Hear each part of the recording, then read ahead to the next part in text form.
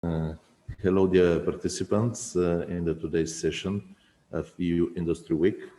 First of all, let me welcome all of you. My name is Georgi Simeonov, and my position is the Director of the Investment and European Programs Directorate of the city of Stara Zagora.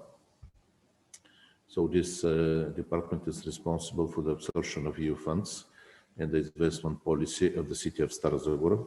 So first of all, I would like to welcome you and all of you who dedicated your time and efforts to take part in this industry week and to share your vision about the future of digitalization and the future of the city of Stara Zagora.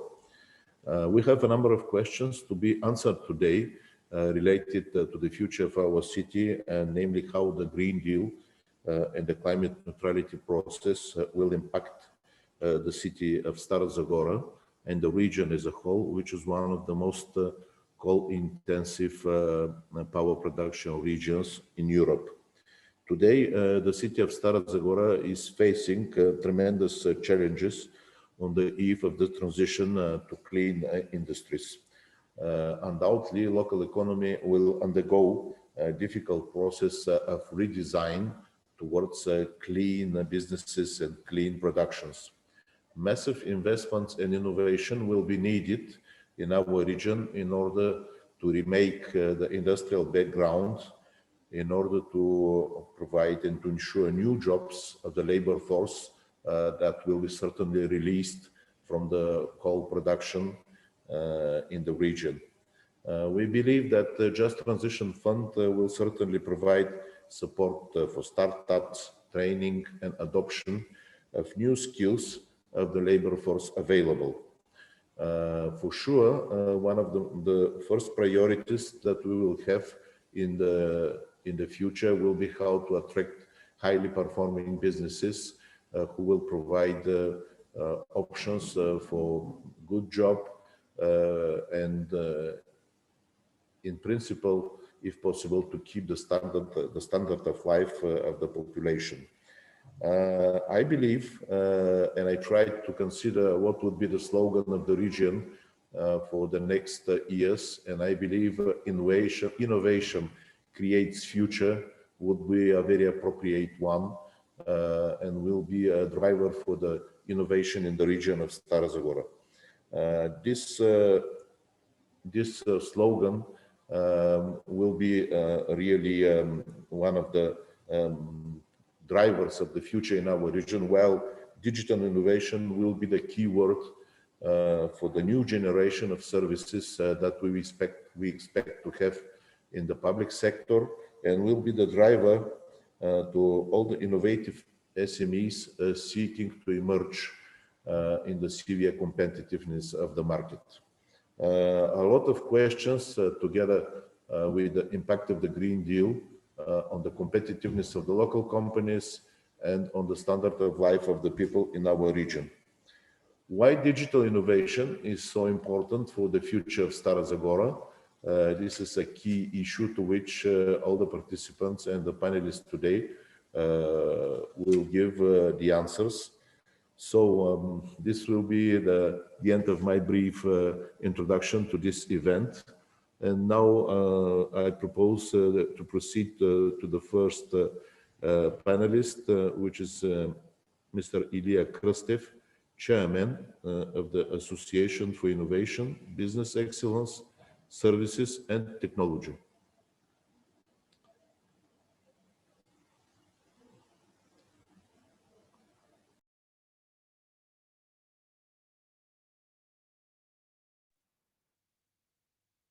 Mr. Krastev is not yet connected to the meeting. Then we shall proceed to our next panelist, which is Professor Jivka Ovtcharova from the Karlsruhe Institute of Technology. So Professor Ovtcharova is a good friend of Stara Zagora who supported a lot of digital transition of our city. And I'm very glad to provide the floor to Professor Ovtcharova. So please, Professor Ovtcharova, the floor is yours. Okay, Mr. Simeonov, thank you very much. And good morning to everybody. I'm very happy to participate in this event, and we'll start directly with my presentation.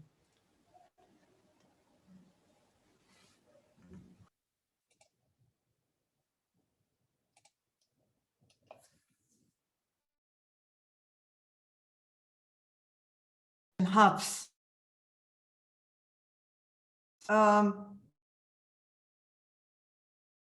So there is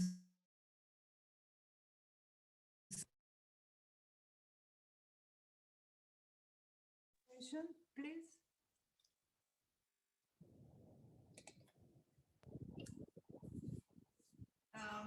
Just give me a feedback because I got a message from Zoom that there are some technical problems. I will continue now my presentation. It's about digital innovation hubs, which is a necessary step ahead the discussion about digitalization in general. And first of all, let me introduce ourselves. I represent the Karlsruhe Institute of Technology, which is the research university in the Helmholtz Association. This institute is a modern form of institution established as a merge of a classical traditional university, which is the oldest one technical university in Karlsruhe in Germany, established in 1825 in a more modern research organization of the Helmholtz. Our mission is to shape students into professionals and creators. We are not just teaching, but we are offering skills for the real life. About my experiences, I'm not just a professor at the Karlsruhe Institute of Technology, but well, I will share, sorry, there's some technical problem. I will come back. May I start again with my presentation, please? No. Yes, please. Okay, so there was some technical problem. I apologize for that.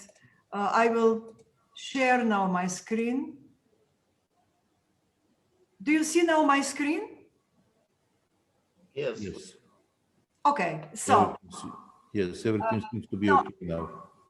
Okay, so the topic of my speech is the Digital Innovation Hub, which is a step forward to implementing digitalization in the real life.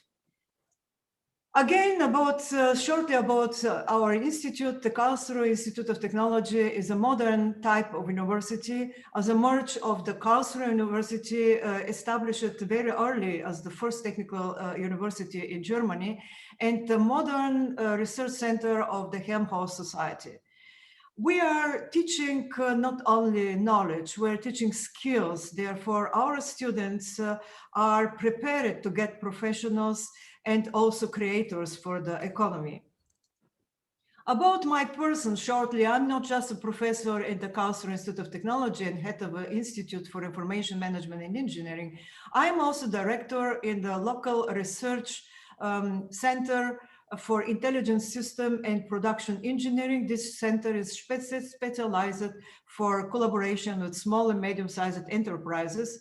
And at the same time, I'm in the board of directors for a company on artificial intelligence innovation. That means I bridge my knowledge at the university with the knowledge for specific research needed in the industry and with the business itself.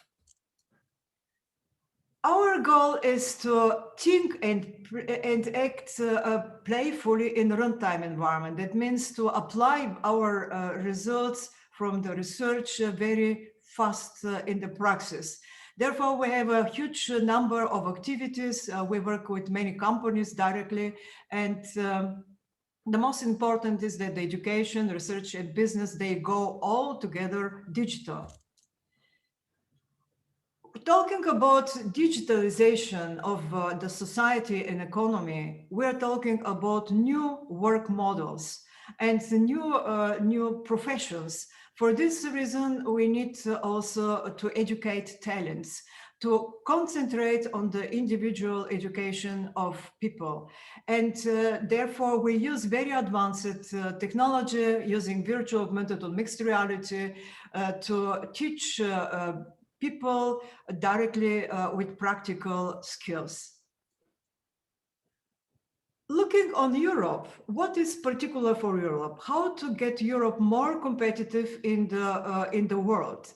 So looking on the map of the world, Europe is very small, but Europe is very diverse. Europe inspires in innovation not through quantity, but through very specialized skills, developments, technologies, and this is what is important to lead us to get more competitive on a regional level and not only local in a global way. That means we consider the regions in Europe as the nucleus of competitiveness, and therefore it's very important to concentrate implementing digitalization on the strong side of particular regions. As example, I would like to give you the Karlsruhe technology region. Looking on the map of Germany, Karlsruhe is located in the southwest, and it's not a large region, but it's very strong region. We have high competences in engineering and high tech. Karlsruhe, the Karlsruhe technology region is famous with a very high concentration of companies implementing internet solutions with about more than 3,000 companies located in our region. That means our strong side as a region is that we link engineering with high tech, especially with internet applications. How to proceed and how to get more competitive with the region, which are the necessary steps? I just prepared a storyline that means which leads us to the idea to implement regional digital hubs and even to extend these hubs to ecosystems, regional digital ecosystem. The first step is that digitalization is very important to be implemented in short cycles. That means the digitalization leads to speeding up the development, and we have also this says high degree of complexity. This needs also to increase the flexibility and adaptability. And because we in Europe are so diverse, so strongly working on regional level, then we need to follow specific measures, decentralized works. We do not have just one storyline. We implement the digitalization in a local and regional way. In this way, it's very important also to implement the so-called diffusion-oriented innovation policy. That means to put the economy working much more stronger with research organizations and to push the regional innovation. Therefore, we need to react to the demand of the region, of the specific needs of the economy and society of the region. And this brings also to implementation of a specialization, which in intelligence for this region. Finally, looking on the solution, how to implement this diversity on a regional level means to implement regional digital hubs, but the digital hubs itself are really not the final destination. The final destination is really to create a network of activities in the region in the sense of an ecosystem, to implement the interrelationships between digital hubs and society and economy. How to do it concretely? Our approach is what we created as a concept and are going now to implement in a small town, Bull, is implementation of a digital hub as a coordinator of regional activities and orchestrator of different of interlinks among companies, among research organizations, and also schools. So that means we offer core services to provide core values, and base this implementation of on a very strong high-level infrastructure. And the infrastructure is exactly what the digital regional hub allows us to offer to business and the society. This is, in our opinion, we need three main areas. We have to concentrate on learning, lifelong learning, digital learning, or different group of people to provide, in terms of the campus, a digital platform for regional education, hands-on training and qualification. In addition to the learning process, we have to offer the possibility to test, to make experiences while experimenting in real labs.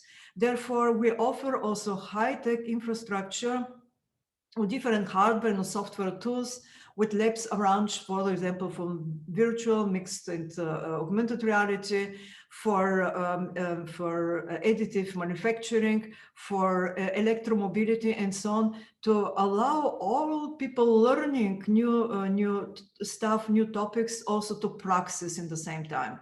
And the third area is to link the business inside these activities.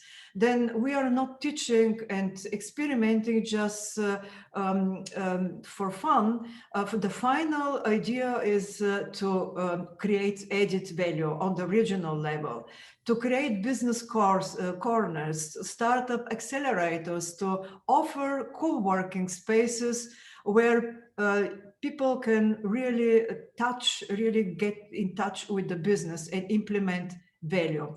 Our solutions are based on 3 lines, and these 3 lines are specific for our region. Probably for your region, you will have other topics. Our specific lines of development is the electromobility, the Industry 4.0 in sense of pushing the development in embedded electronics, sensors, and additive manufacturing. And the third line is all what is related to IoT platforms in sense of cybersecurity, virtuality, and communication.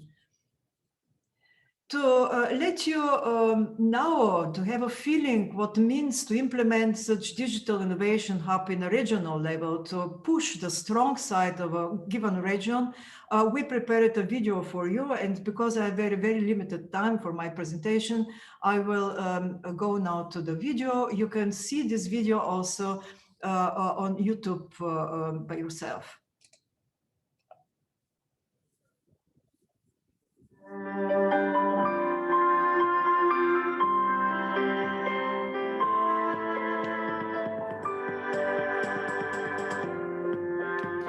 First of all, you see the digital plan of the center.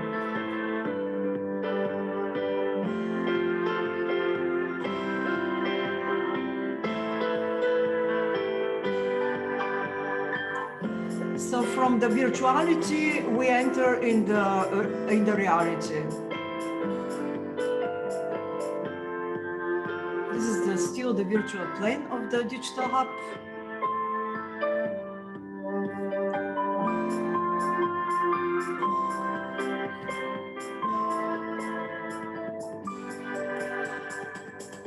Our digital hub will be implemented in an existing factory. You will see now also the reality where we implement the hub. So that means we mix reality with virtuality.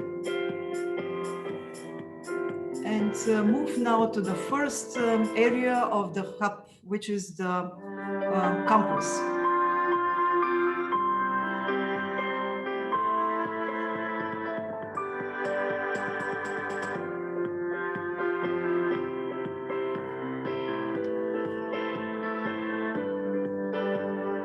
So from the reality, we enter into the virtuality and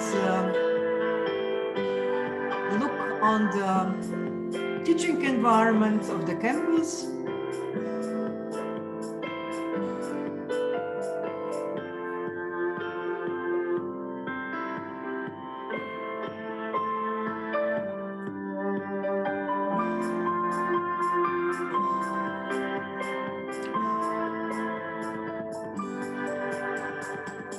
including also the experimental labs. That means we have direct possibility to make experiences after getting some knowledge about new digital areas like additive manufacturing.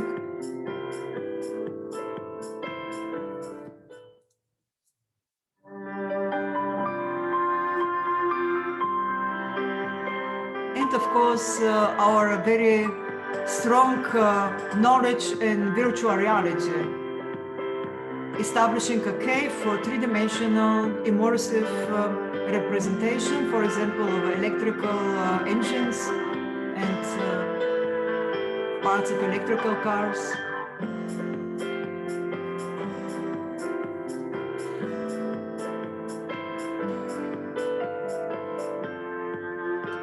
So thank you very much for your attention.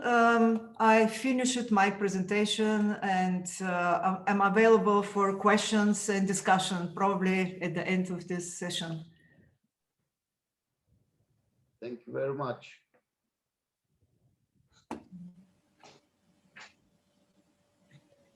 Thank you very much, Professor Ovtcharova, for this very interesting presentation on the Digital Innovation Hub. We have seen how important is the mixed reality and the structure of the hub, which will be dedicated to many different aspects of our social economic life, namely training, experimental environment with the labs, co-working space, and all the businesses that are linked to expect your innovation in order to raise the level of their business, of their companies at a higher level today.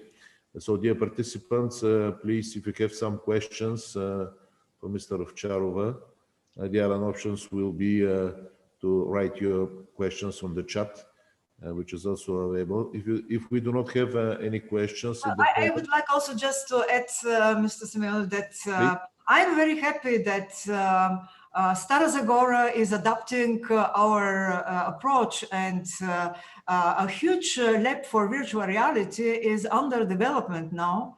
And I'm really looking forward to cooperating with you to establish the link between our hubs in future, which will be completely in the line of the European politics of creating a network of hubs, digital hubs in Europe.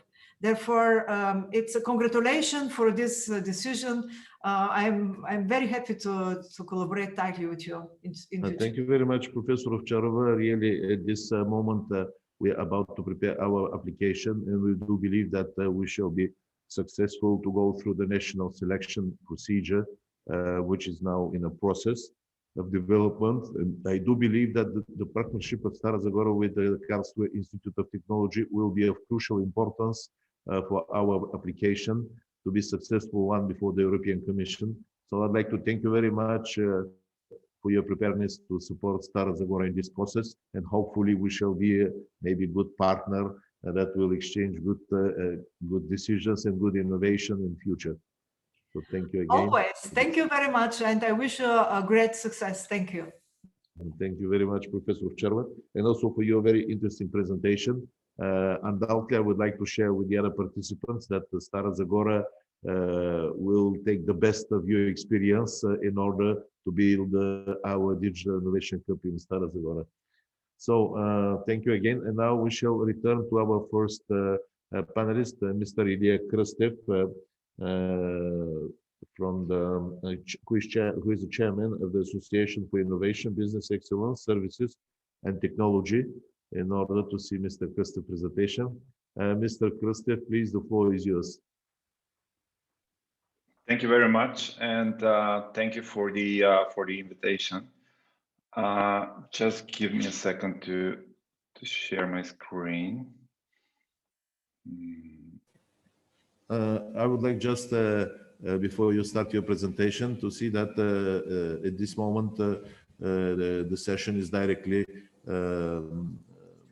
streaming on Facebook, and later on a record of this event will be downloaded on YouTube, just for your information. Okay. Okay.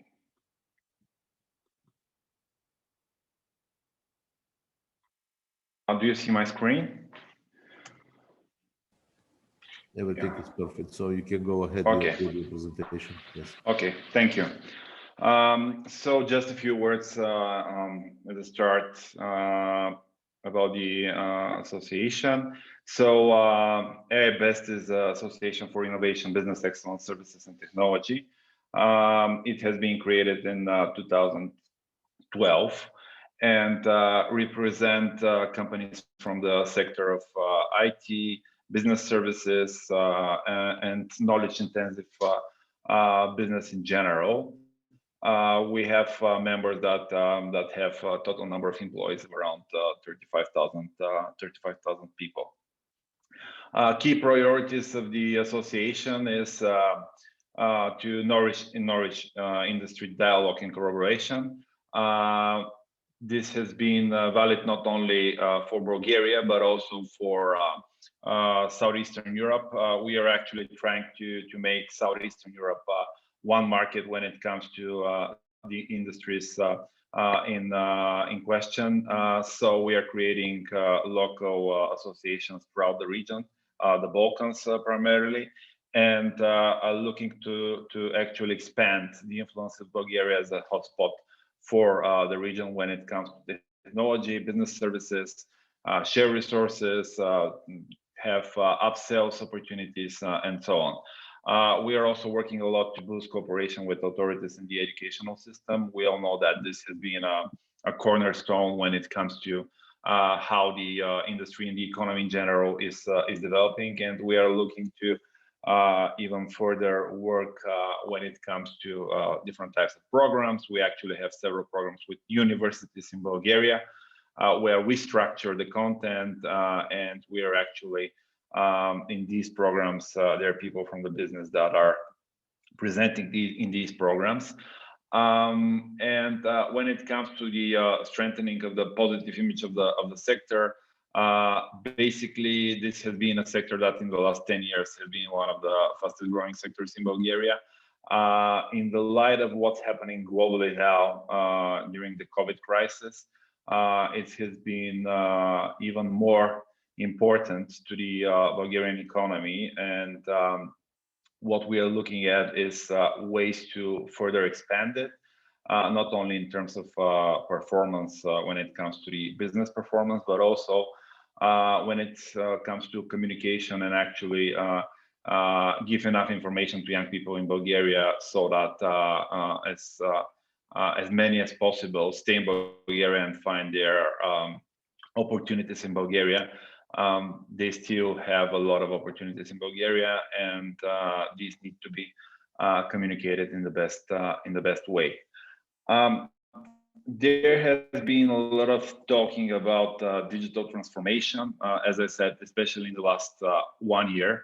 And we all know and have heard of all these words on that screen particularly. What for me is important is that what the COVID crisis showed is that speed is changing. We are now doing business at a higher speed compared to everything that we have seen in the past. And to increase the speed, we cannot do that without digital transformation.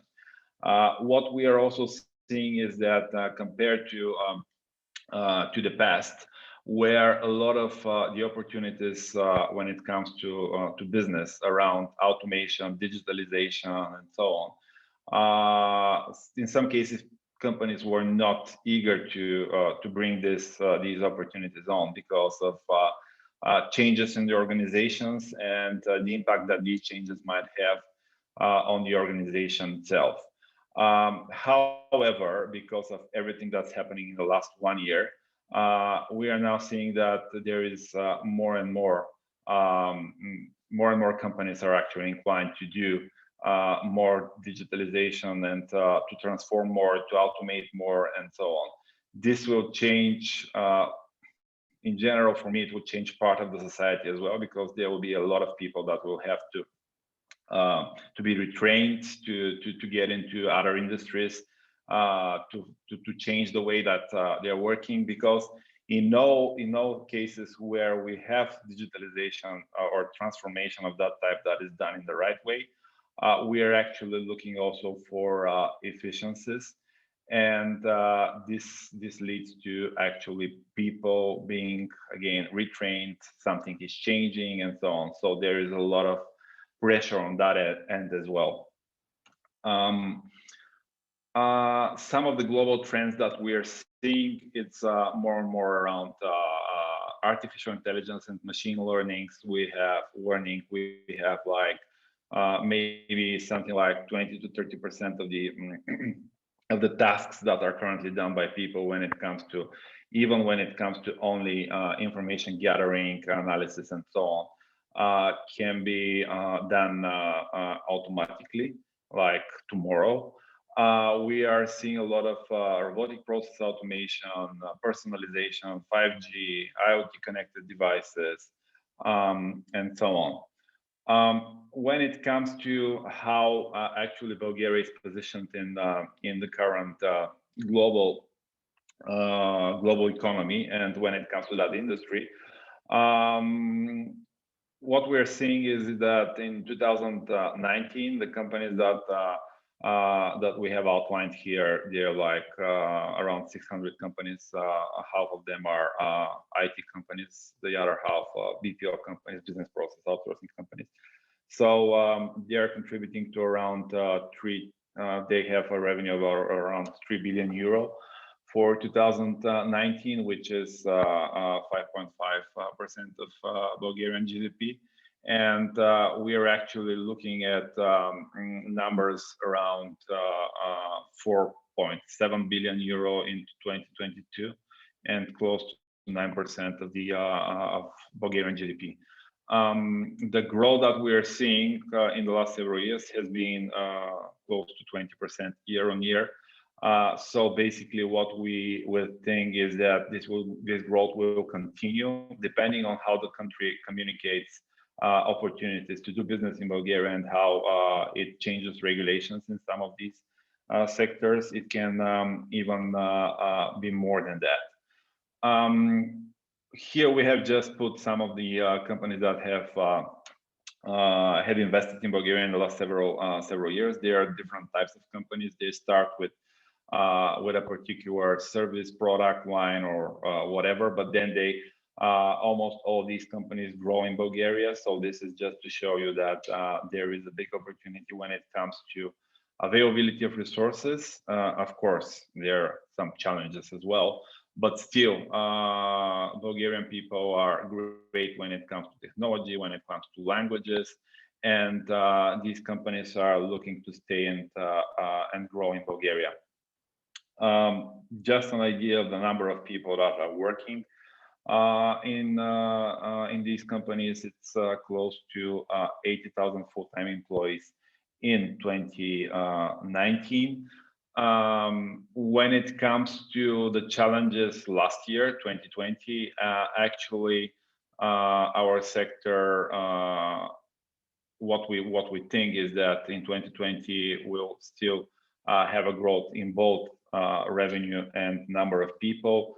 So again, obviously, when it comes to that type of processes, digitalization, IT, and so on, there is a huge growth potential even in years like the last one. What we expect is that by 2022, we'll have more than 110,000 people in the industry. So what we are seeing as challenges and opportunities, as mentioned, for me, the current period is a period of transformation, global transformation, when it comes to how we do business and where we do business from. So Bulgaria in the last several years has been able to establish a name when it comes to technology, to innovation, to startup ecosystem, and so on. And now a lot of the companies that are reconsidering their strategy when it comes to diversification of risk, where do they buy services and products from, where do they set up new operations, and so on. Bulgaria has the option to be even stronger on the map. We have seen that, just to give you an example, we have seen that in Bulgaria when it comes to infrastructure. What we've seen in the last year, after a lot of these people were,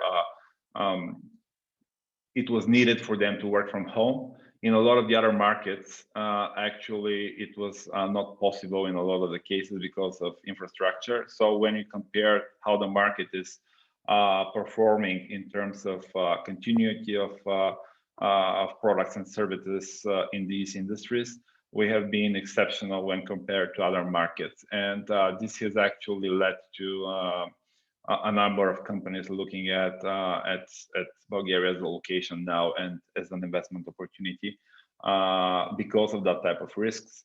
And we have a good case study that we are able to handle that type of risks from the last 1 year. So we are also, for us as association, but I think that this is valid for the economy and for the opportunities for other industries as well. It is really very important to get as many different locations in Bulgaria as possible, and get some of these industries out of Sofia, because this is the way in which not only these industries will develop better, like by creating local ecosystems in different cities, but it will be also beneficial for the economy in general, and it can increase the pace in which the industry is developing. This is one of the priorities that we have for this year, because it will be harder and harder to actually keep that type of people in Bulgaria. And the way we communicate with these people, the way we give them opportunities to grow even locally where they live, where they study, will be of huge importance for how long do they keep them, and how they are part of the economy and digitalization and innovation process in general. So just to wrap up, I see that there is a big opportunity for Bulgaria now to be able to take a bigger share of the global pie of innovation and digitalization. One of the things that need to happen is for the environment to be predictable, stable, less red tape, and to be able to move with the speed in which the industry is moving globally, because as mentioned, it has increased a lot. And if this is supported by companies, the educational system, like universities and schools, and we work together with the idea to make Bulgaria stronger in terms of again, innovation and keeping people locally, I think that we won't have a better time than that to do it. So hopefully we'll be able to. Thank you. Thank you, Mr. Krastev, for this very interesting presentation. We see how good are the perspectives in front of Bulgaria about IT and employment in this sector. What was very impressive was to hear that most of the companies that adopted digitalization in their working process have enlarged considerably their market share. More than 85 of the companies were very successful. Figures that we have shared about 2019, about the total number of sales of this sector and the contribution to the GDP of the country, and a very good perspective to raise this number, this figure, with about 50-60% to 4.7 billion, and the multifaceted of the application of digitalization was very, very impressive. Thank you very much. Now there are two questions that we have on the question and answers from Sukrit Sharma. Can you please answer the questions of our participant? You can see them on the question and answers. Do you want me to read the questions? Or? No, I see. Yeah, sorry, I see these. Okay. So yeah, this has yeah, there is potential for digital marketing, search engine, and optimization and animation studio in Bulgaria. There have been a number of companies that have invested in the country doing that type of services in the last several years. Also, there is a number of companies locally that have grown significantly, providing services to foreign markets. I can actually, later share more information on that. When it comes to animation studio and also like gaming studios in Bulgaria, this is also one of the sectors that is growing in the last several years. Just to give you an example, like Sega has a studio, the Japanese company has a studio in Bulgaria, which they intend to grow. There are several other companies that are doing like big games in Bulgaria. There was a Bulgarian company that is no longer Bulgarian, but that was sold like 2 years ago, Imperial Online, that was also really active in the gaming industry.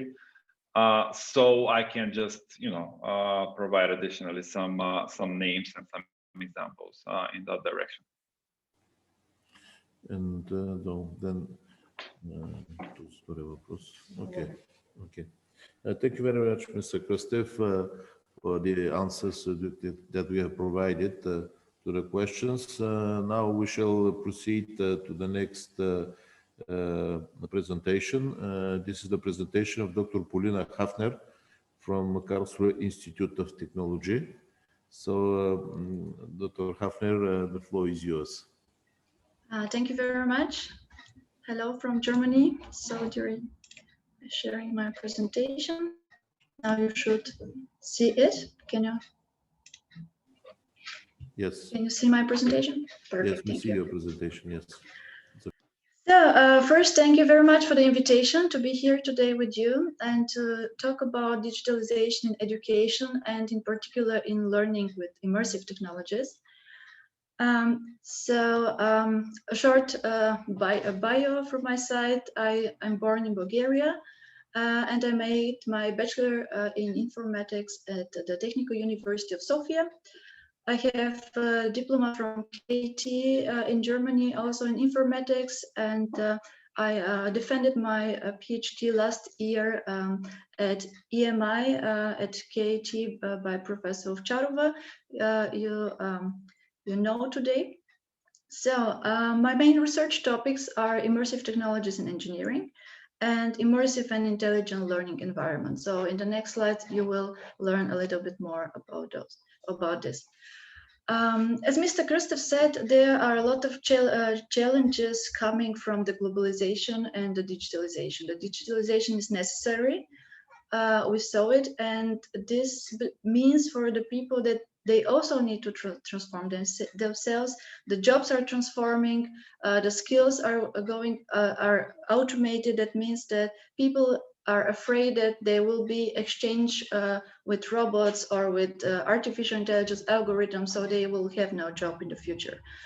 To do something against this is to reskill the people and to make to say we need to teach them of lifelong learning. So because we thought in the past, okay, I finished the university and I'm going to work my whole life and there is nothing about learning but working. So what is important for companies today? They struggle to find skilled job candidates, and normally they are seeking for people from the STEM areas, from science, technology, engineering, and mathematics. And what's more important is the so-called 21st century skills or soft skills, like problem solving, like decision making, creativity, and teamwork. So we also notice there is a paradigm shift from knowing facts, from having knowledge, to interpret, analyze, and apply this knowledge and create something new, and not only learning something and saying it in heart. So we as a researcher and a lot of teachers are searching for further educational methods, for new practices and new media channels to reach the people and to be more innovative, which implies again the need of digitalization. So what our goal is to improve the learning process with novel methods and tools that are adequate, that are state-of-the-art, that are tailored, customized, personalized, and that make fun. One of this technology that can answer those questions are the immersive technologies. With immersive technologies is taught the virtual and augmented reality technologies, which have high potential for educational purposes. The last 10 years, we see that the affordability and the usability of the hardware and software in this area is increasing. But it's still very complex, and you need high efforts and costs to develop such applications. But on the other side, there is big return on investment. So there arise the questions when to use immersive technologies in the education, how to integrate them into the learning process, and how to increase the efficiency of the creation of such applications. So this was the topic of my PhD. So I try to answer those questions. And for those who don't know what virtual and augmented reality is and the term immersive technologies, I brought this slide just to show with some examples what I mean. So as you see, we have a so-called mixed reality continuum, starting with the real environment we know very well and a virtual reality we can create. So the real environment can be augmented with additional digital elements, like here 3D elements, animations, and some controllers. And we can have a completely virtual environment, like here in this video on the right, where the whole world is virtual and only the human being is the physical part of the world. And in between, we talk about mixed reality, where we can have even part of hardware and virtual reality, like, for example, the driving simulation example here. And we have the car, the controls, they are real, the human being is real, and the virtual reality is the world, is the simulation of the driving. So this is about what is virtual and augmented reality shortly, and now about learning. We want to learn with these environments because they can offer us a lot of benefits, like we can visualize things that we cannot see. Like, for example, here in the here is an example about electrostatic. So we can see the connection between atoms, and this normally we cannot see in real life. I brought this slide to show that there are different kinds of immersive learning environments. So different types of learning environments that can be reached with augmented and virtual reality. One of them is the exploration. We can have a museum, we can have an historical site, some digitalized e-heritage, and then visualizing in virtual reality where users, learners can explore it and learning through exploration. The other thing is a more complex learning with experimentation. That means that the virtual reality world should have a simulation, a so-called interactive simulation. And when I do something in the virtual world, it happens something else, like a physical law or some interaction, and there is more complex algorithms. And I can experiment, I can see what's happening when I'm doing something. It can be used for training. I already showed the driving simulator example, so we can train driving, and we can have scenes like dangerous scenes, dangerous situation that we cannot recreate in the real life. So how people react. And I brought an example here, a welding simulator based on virtual reality, where the companies can save a lot of money because they are doing human resources screening at the beginning with the virtual reality simulator, and they can see the human resources department can see immediately if the guy know to weld or not. So this is for the first step, and then they can train them based on virtual reality and don't need additional human capacity and save some resources.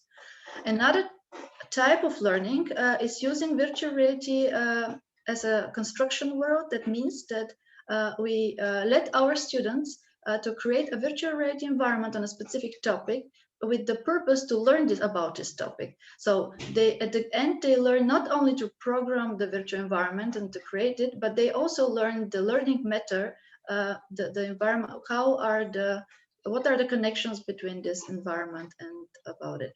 So this is very powerful tool to learn about a specific topic and to create something new. So the question is here, how to create these environments, as I told before, and this can seem very complex, and the problem is you cannot just buy software and hardware and say, I will use it for teaching. It's not so easy. That is why I started to bring all aspects together in one holistic methodology and to tell people, to guide people how they can integrate this technology in their educational program. So you can see the framework of my methodology. It's based on 3 layers, starting with the educational and the most important, because we want to educate. This is the main purpose. The technology in between, because this is the technology we want to use to make a change in the education. And the management level, we do not forget, because from the management depends if it's going to be implemented or not, and they should also make some economical analysis to say if it's if you can return the investment or not. You can see the framework is based on the life cycle of an educational program, starting with the analysis and reanalysis, the design, development, implementation, and going back after the evaluation in a cycle.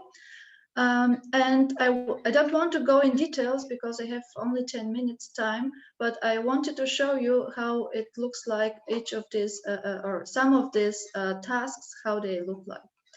I also identified the roles. We need a big team to get a new digital media in the education. So we need the people who are keen with pedagogy, with didactics, so educators who know how to design instructions, how to design courses. We need the domain experts. That means depending on which area I'm going to teach, we need scientists, engineers, or medicines, depending on the domain. We have the deliverer of instructors. Those can be educators, teachers, or just operators.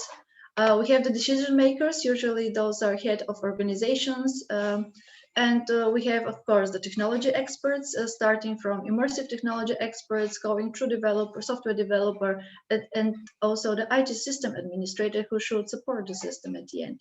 And of course, the main role are those of the learners, who are actually our target group, and we should focus on their needs and their requirements for the system. This is an example how the management process can look like at the beginning in the first 2 phases, in the analysis and development phase. So there is, you can take a decision to be or not to be. I can show how also the technology part looks like. So we have here the process of the authoring, of the creation of an immersive application. You can see how complex it is. It starts with different iterations. This is the typical software development. And this software development cycle is very specific for virtual and augmented reality, and is coming through this process here on the right. And with this, I want to, at this point, I want to stop. These are all the tasks that should be done when we decide to use virtual and augmented reality for education, and I analyzed all of these tasks and wanted to give the community as a guideline to do not have the fear to do this in the future. So at this time, I want to thank you for your attention. If you have questions, I'm happy to answer. Thank you, Dr. Hafner. It was really very interesting to see how immersive reality can be used in education. Of course, for those who are not experts, it looks quite complicated to understand all these really very interesting things. But what was very close to our human realities was to see the driving simulator, how this combination between reality and augmented reality or mixed reality is used in practice in our life. And this is something really very, very practical that can be helpful to anyone who is now young and growing and who will soon have to go for a driving license. Very, very interesting. But all the rest is also very, very interesting, and especially for those who are experts in this field. Thank you again. I don't see any questions from our participants, but anyway, do you have some questions?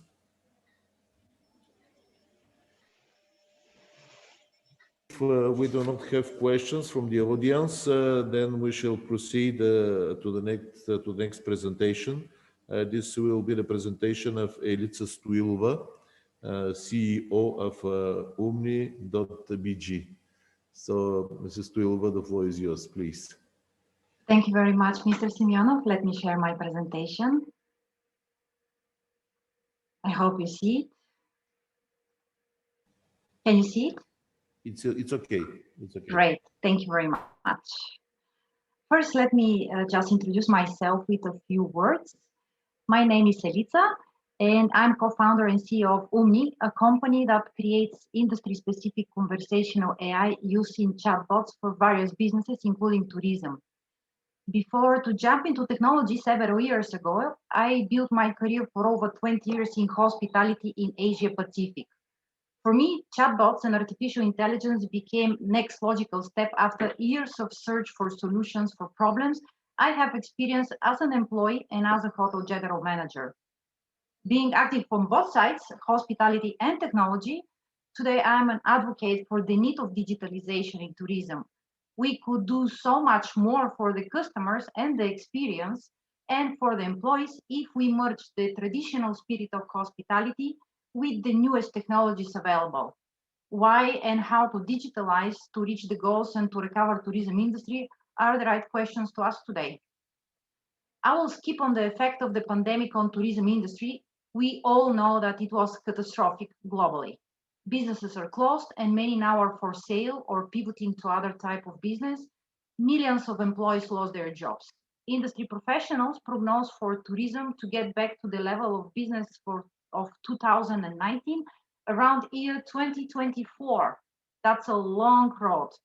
The tourism industry is facing a slow and tough recovery in completely different business environment and changing customers' behavior, and need innovations to build shortcuts in this recovery to speed up. In this situation, tourism businesses and destinations that rely on recovery and development through digitalization and the use of technology have a chance to recover faster and to position themselves where they want to be, no matter where they were before the pandemic. The pandemic forced new business rules globally for all industries and societies. You know these keywords. You see them in the news, in reports, in articles. They became the rules of business in tourism today also. COVID-19 did not bring the need of automation, digitization, and robotization to our life and business and to tourism. It only forced and speed up trends, behavior, habits, and technology usage that were already here in the past years. It became clear that for bad or good, digitalization is the way to go, and it made it more acceptable. It comes from the tourists also. Amadeus, an international technology company, a few months ago did a global research in Europe, United States and Asia too. According to the survey, 84% of the travelers responded that the usage of technology and digitalization in all touch points of travel is the key to the decision making if, when, where, and how they will travel in the next months and a year. Technology added a very important layer of benefits on the top of the one we already are aware of, such as convenience, time and resource savings, speed of service, better customer experience. This is the layer of biosafety. Digitalization provides through touchless, contactless, digital, mobile, self-service solutions, and robotics. If I must recap the tourism news from the past 12 months, I shall highlight 3 areas of digitalization in the industry. Adapting to the new normal, hotels and restaurants pivoted to new business models such as kitchen as a service, white glove services, food delivery, unpackaging their services to on-demand service and service on subscription. We saw go digital and go virtual becoming major trends. Hundreds of virtual tours were created from destinations to hotels, museums, exhibitions, and more. On a software level, the focus came on all that provided touchless distance and self-service experience and safety, like mobile apps, AI chatbots, voice assistants, QR codes, mobile payments. Here, I must highlight the rapid adoption of AI usage in various software that care for all touch points of the customers, from the idea about traveling to the actual travel, for collection, processing, and analyzing of data, for reputation management and better communications, as well for automating customer service. And finally, we saw more hardware being implemented, such as check-in kiosk, digital screens, smart home systems, and various service robots. I would like to share a few good practices and developments from Bulgaria. One of the pioneers in adopting new technology is Best Western Premier Sofia Airport Hotel. This is Rumi, their room delivery robot. In 6 months, Rumi made 450 kilometers in the hotel hallways, making deliveries to the rooms of the hotel guests.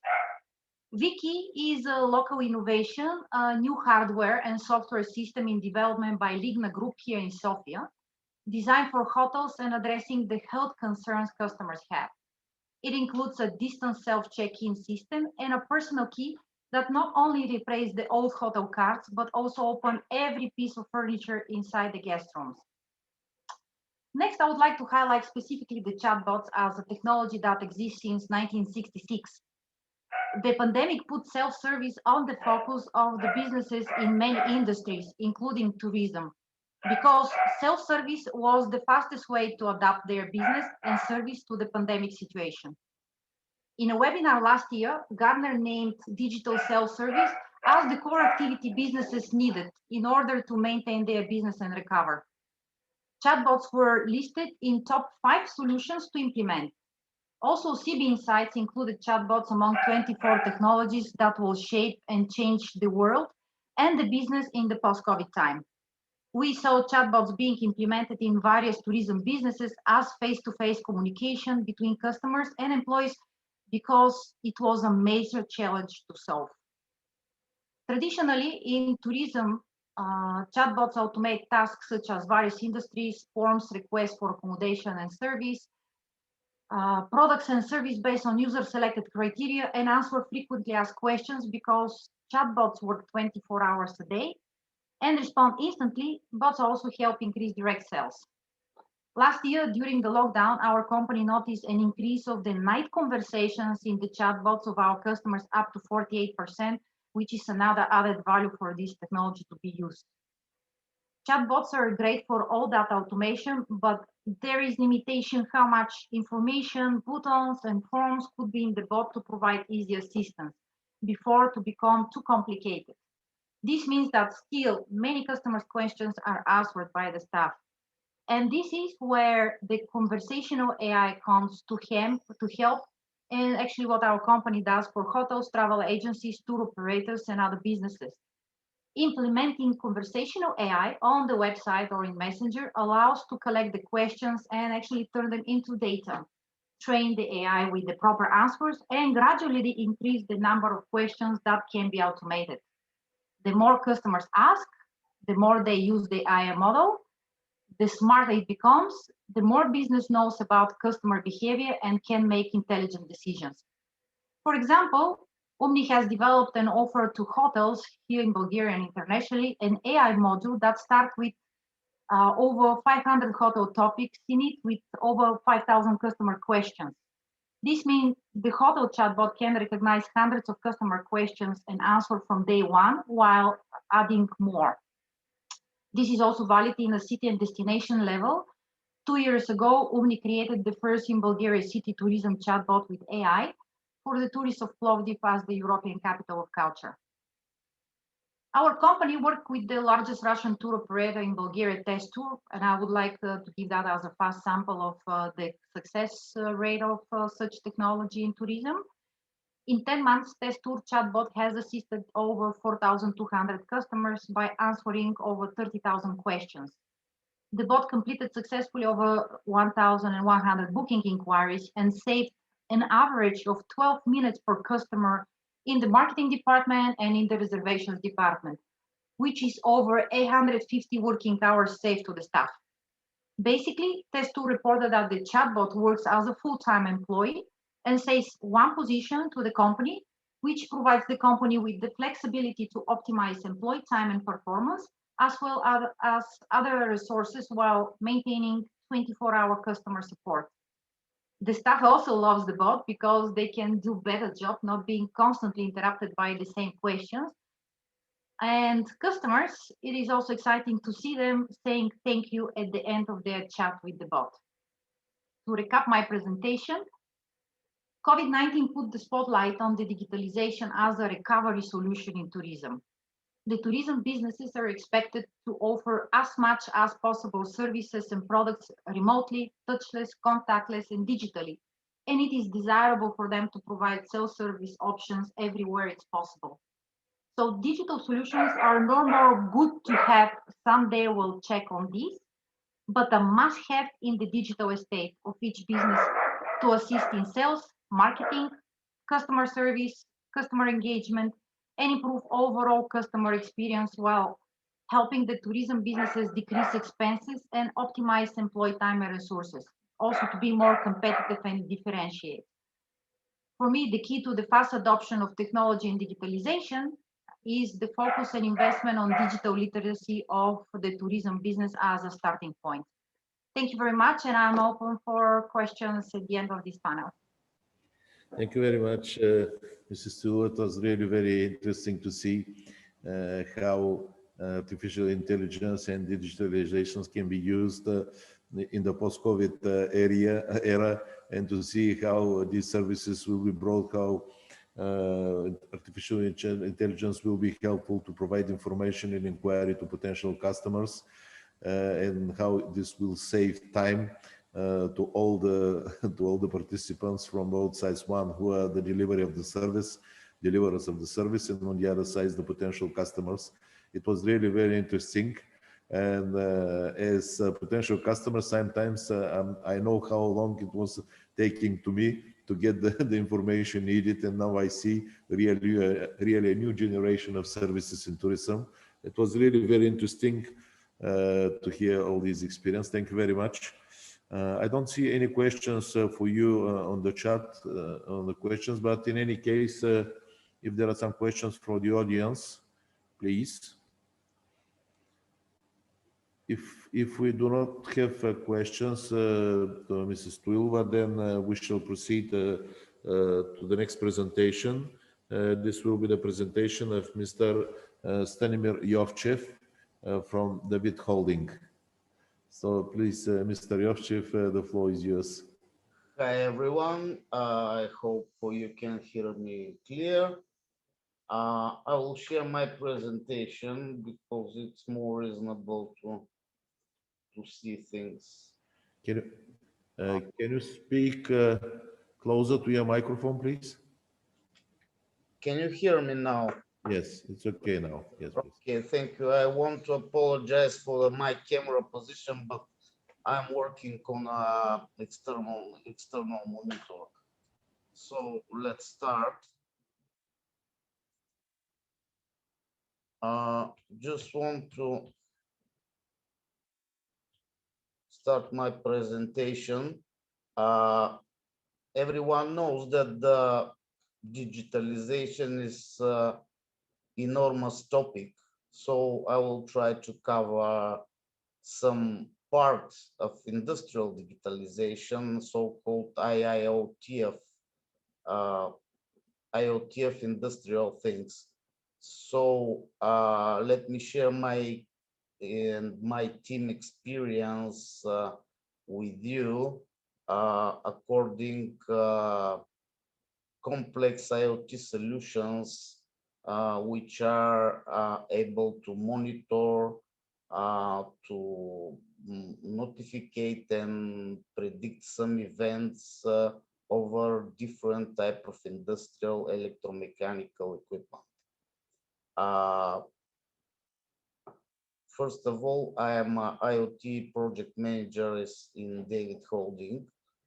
Our company is 100% private, and we are almost 30 years on the market, on the IT market in Bulgaria and internationally. So the challenges we faced when go through this difficult and hard way to implement IoT solution for the industry,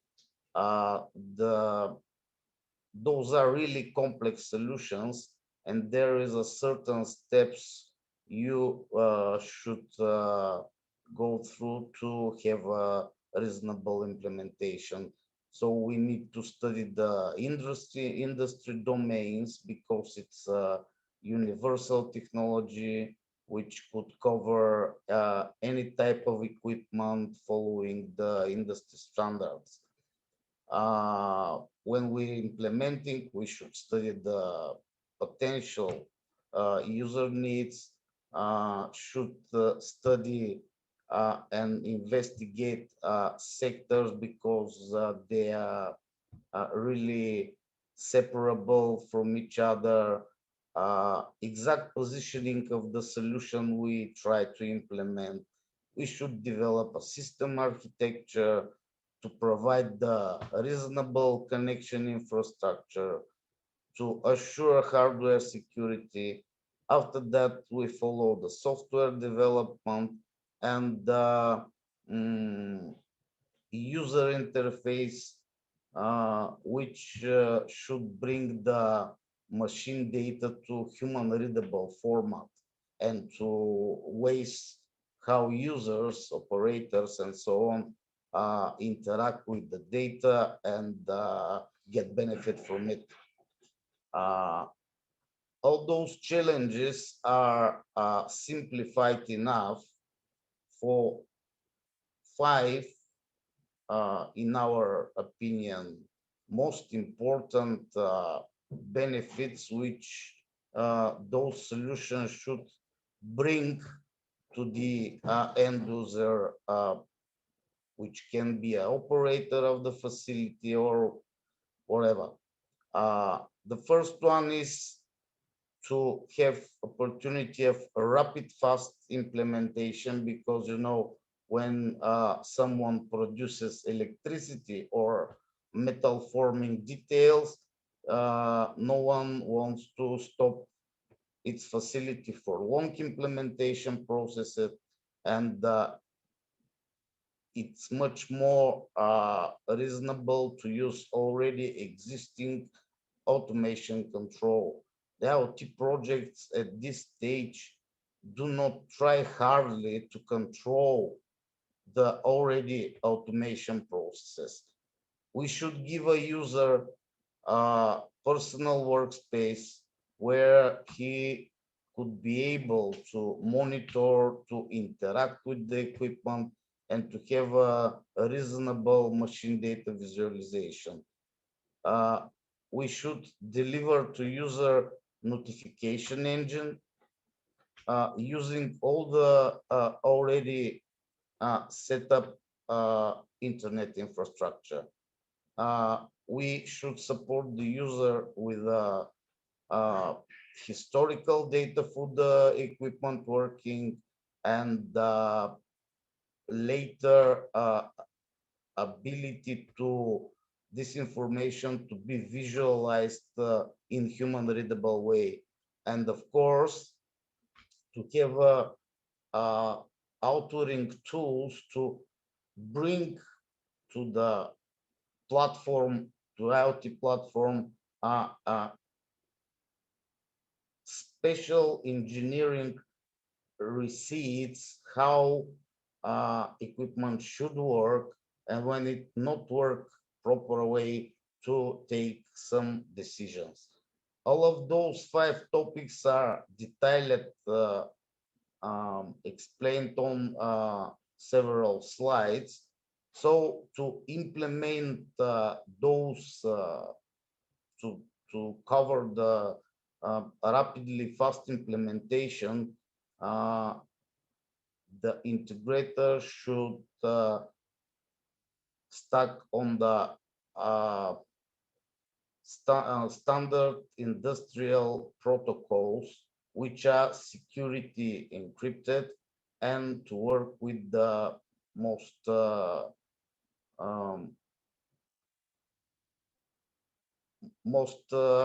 popular manufacturers of the PLC controllers for the automatic and so on, so which means Siemens, Schneider, Bosch, whatever. Using those industrial protocols for communication, we are able to bring really the process could be minimum interrupted according the implementation process. After that, user, when we already built hardware communication between PLCs and hardware which is implemented over the current automation, we could support the user with 24/7 access through the only tool he needs is a standard web browser. There is a user authentication, personal workspace. Very important to have well-defined indicator groups of how equipment works in the moment. And of course, this is a personal workspace for the operator of the facility or another equipment. Another one is to bring intelligent software models, which we call events. Events are dynamically definable for each of the IoT platforms on the market today, and they are concerning exact user needs, because event according hydropower plant is a different one from event according metal forming machine.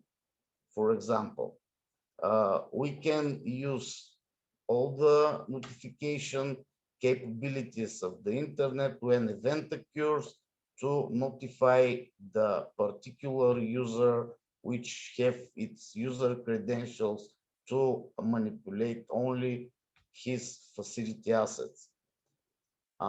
Another one is that historical data is very, very important to be collected, and after that to be seeded to the engineers or on-site workers to be analyzed human readable way. Another important thing according different engineering domains is suitable resolution time of visualizing, collecting, and storing data for the future. Reasonable IoT platforms could be cloud-based and or they could be on-premise deployed in the facility of the customer. After that, we have to have a reasonable IoT platform. There should be tools, dynamic one, to define different type of events, thresholds for the correct equipment working, and in collaboration with engineering staff to build specific engineering recipes for the successful equipment working. Of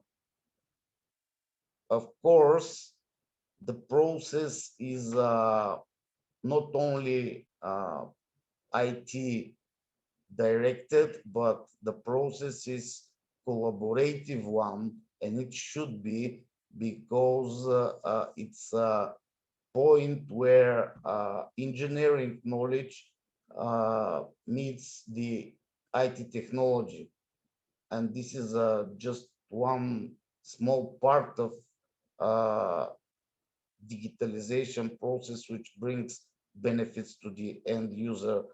The sectors of applying such a IoT platform solution, complex hardware implementations are enormous. I will not, but main domains are energy, industrial, solo.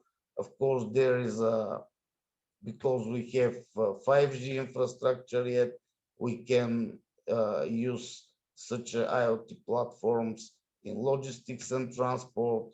They could be used, and manufacturers, integrators, and operators could be benefit from such type of an IoT platform.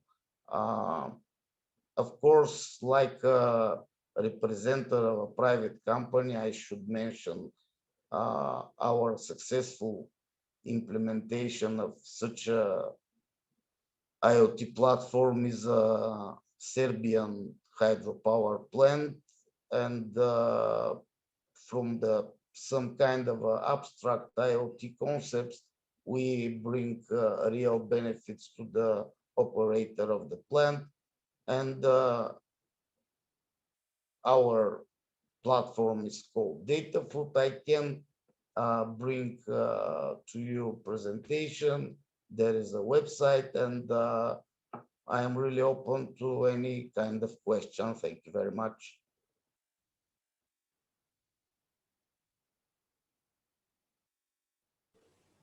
Okay, Mr. Rashid, thank you very much for this presentation.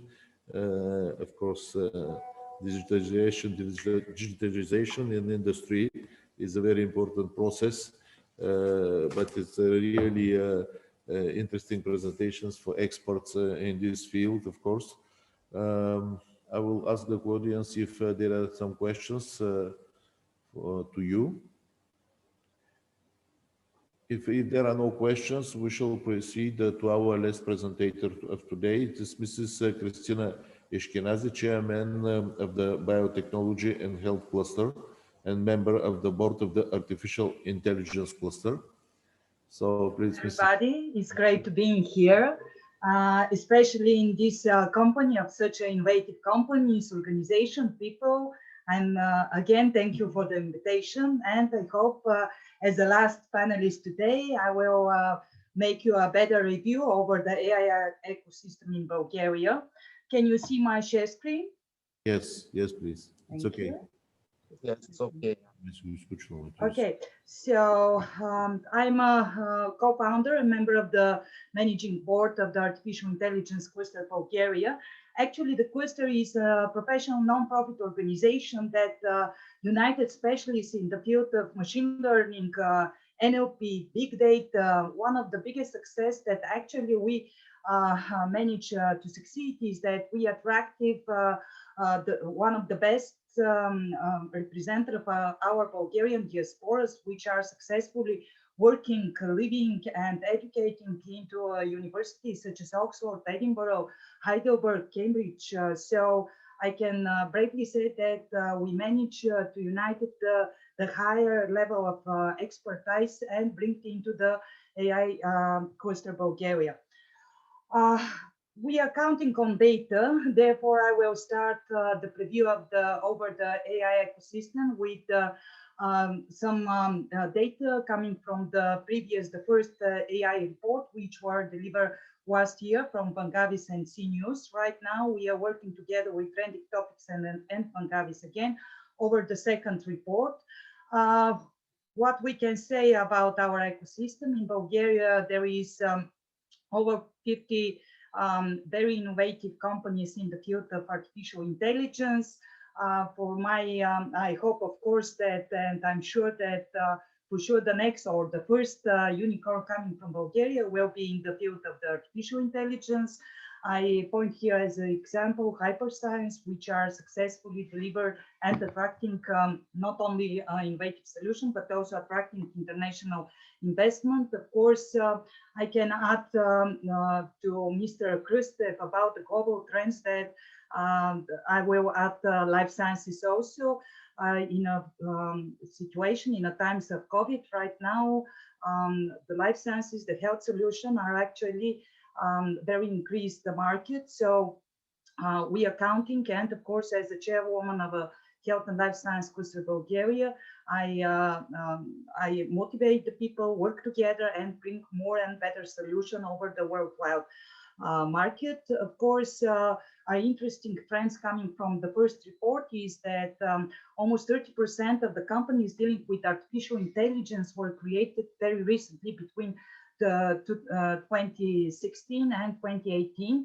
And right now, during the preparation of the second report, we see new establishment companies in the field of artificial intelligence, which were created last year. Of course, we're having a fantastic tradition next to our mathematicians education, next to NLP, and I hope that more and more university will focus their field and educated young people over artificial intelligence skills.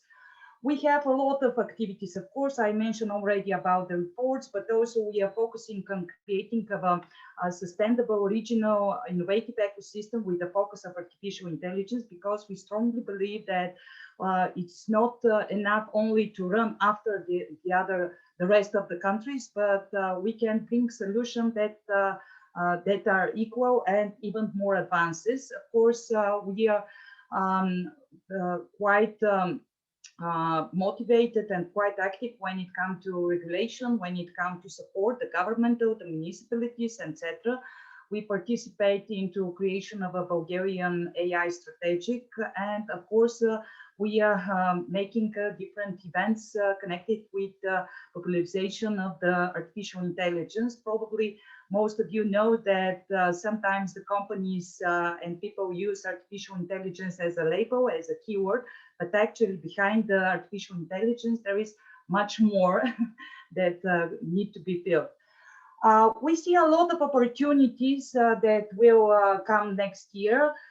We strongly believe, as I mentioned, in cross-industry, cross-regional, and cross-technology approach. We created very interesting partnerships here in Bulgaria. We managed to unite it and to attract into the topic of artificial intelligence organization, of course, like life sciences cluster, but also robotic, also United Drone Society. We are part of Bulgarian Employee Association for High Technology, which is positioned us in one place together with, and working, of course, together with automotive industry, Byte, Bascom, ICT industry, etc. We're having different projects. Some of them, of course, they already started. One of them that I can point, and it's a fantastic opportunity, together with the strongest AI association in Germany. We started to work over projects for a common AI marketplace that will deliver more and more opportunities in front of the Bulgarian developers and companies. Of course, we collaborated together with GATE, which is a fantastic project next to Sofia University, Center of Excellence, which is connected with artificial intelligence. We supporting and participating with our expertise, with our knowledge and international relationship with supporting of a creation of digital innovation hubs in Bulgaria. It is pleasure for us to be part of the Stara Zagora Digital Innovation Hub, and I'm sure that we will support and deliver the best solution for digitalization of a local and regional business. Of course, we are quite proactive when it comes to international relationship. We are part of European AI Forum together with the biggest and strongest organization in the field of artificial intelligence in France, Germany, Austria, Slovakia and Slovenia. So I think that we manage to attract international interest, and we can be a significant part of the European AI ecosystem. One of the interesting projects that we also delivered last year is called Borderless AI. Together with AI Austria, Serbia, UK, and Sweden, we started this initiative in order not only to know each other and to exchange some interesting projects and tasks, but also to be a significant part when it comes to national or European international regulation frames. Unfortunately, very often those frames are prepared by people which are clerks or politicians, and they are not really understand the matter of the artificial intelligence and the significant issue when it comes to access to data. We believe that here we can be really on the top of the nowadays trends. For example, when it comes to patient data, when it comes to data connected with logistics, with tourism, etc., we believe that such a solution can be bring from Europe and position Europe on the top places internationally, globally. And of course, by knowing each other, by exchanging information about our ecosystem, we are bringing more opportunities for commercialization and internationalization in front of our members and members of our partners. As a chairwoman of a Health and Life Science Cluster Bulgaria, very briefly, I will point from make some points coming from our cluster also. Actually, the next industrial revolution is a bio-revolution. I'm very happy that the first and the biggest life sciences university in Bulgaria, which is Trachea University in Stara, Zagora, I'm sorry, is one of the first partner of our cluster. We are facing against the global challenges of COVID-19, so we're having different projects that we can support. We're having a huge cluster ecosystem. I mentioned some of them, and that's it. Thank you very much for your attention, and I'm happy to answer all of your questions. Thank you. Thank you very much, Ms. Eskenazi, for this interesting presentation. It is not by heart, it is not by accident that Stara Zagora has chosen bio as one of the future potential activities of our Digital Innovation Center. It is because we believe in bio-revolution as you do, and we believe that the future is really the bio development and the bio technologies will be on the basis of the future, including public health, including many. But I see that your presentation was very interesting, that all this digital innovation can be applied in many sectors like automotive, like smart cities and so on. And as a local authority, Stara Zagora city is in particular very interested in the options for smart city, because this will certainly help us a lot to improve the quality of life, the traffic systems, the services for citizens and so on. And really, I believe that smart cities will be really the cities of the future. Thank you very much again for this presentation. And I would like now to ask the audience if there are some questions to Mrs. Eskenazi.